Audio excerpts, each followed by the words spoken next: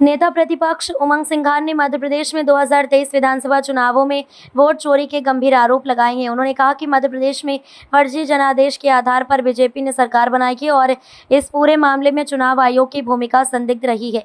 सिंघार ने दावा किया कि चुनाव आयोग पारदर्शिता की बात करता है, लेकिन मतदाता सूची को लेकर लगातार गड़बड़ियां सामने आ रही हैं।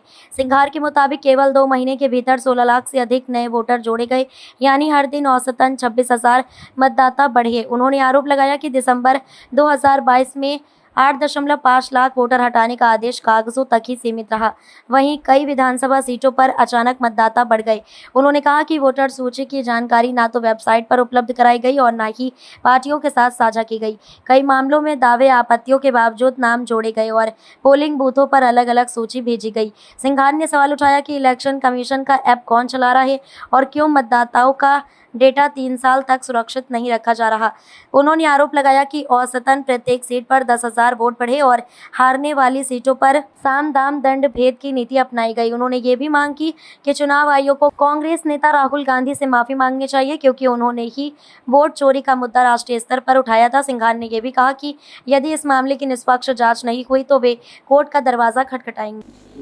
पिछले आप देख रहे हैं कि राहुल गांधी जी ने जिस प्रकार से वोट चोरी को लेके बिहार का मामला उठाया, बेंगलोर को लेके उन्होंने उदाहरण दिया कि किस प्रकार से चुनाव आयोग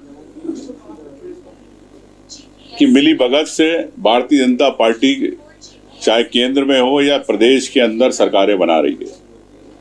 इसी तारतम्य में हमने मध्य प्रदेश के बारे में चीजें समझी, किस प्रकार से वोट चोरी करके सरकार ने मध्य प्रदेश के अंदर फर्जी जनादेश लेकर मध्य प्रदेश में भारतीय जनता पार्टी ने अपनी सरकार बनाई और इसमें चुनाव आयोग की क्या भूमिका रही। चुनाव आयोग ने किस प्रकार से भारतीय जनता पार्टी की सरकारें बनाने के अंदर अपनी अहम भूमिका निभाई। तो मैं समझता हूं कि जहां चुनाव आयोग कहता है कि हम पारदर्शिता रखते हैं, सभी पार्टी हमारी मेंबर होती है, जिनको हम कोई भी जब चुनाव प्रक्रिया होती है ट्रांसपेरेंसी के साथ विधानसभा से लेकर लोकसभा स्तर तक हम हर पार्टी को सूचियां देते हैं। लेकिन ये सूची देने में ही गड़बड़ी है, मतदाता सूची देने में ही। कौन सी सूची पार्टियों को देते हैं मतदाता सूची और कौन सी नहीं देते, और कैसे